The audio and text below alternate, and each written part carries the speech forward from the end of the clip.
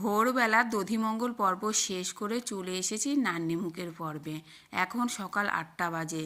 যেহেতু আমরা এও হয়েছি, ওই জন্য আমাদের জোগাড়জান্তিটা আমাদেরকেই করে দিতে হবে। পুরোহিত মশাই তো 8টার সময় চলে এসেছে, আমাদের জোগাড় তখন কমপ্লিট হয়ে গিয়েছে। এই যে হচ্ছে ছেলের নান্নিমুখ, এরপরে হবে মেয়ের নান্নিমুখ। কারণ মেয়ের আমরা উঠিয়ে নিয়ে এসে বিয়ে দিচ্ছি যেহেতু, তো একই বাড়িতে ছেলে মেয়ের দুজনারই নান্নিমুখ হচ্ছে।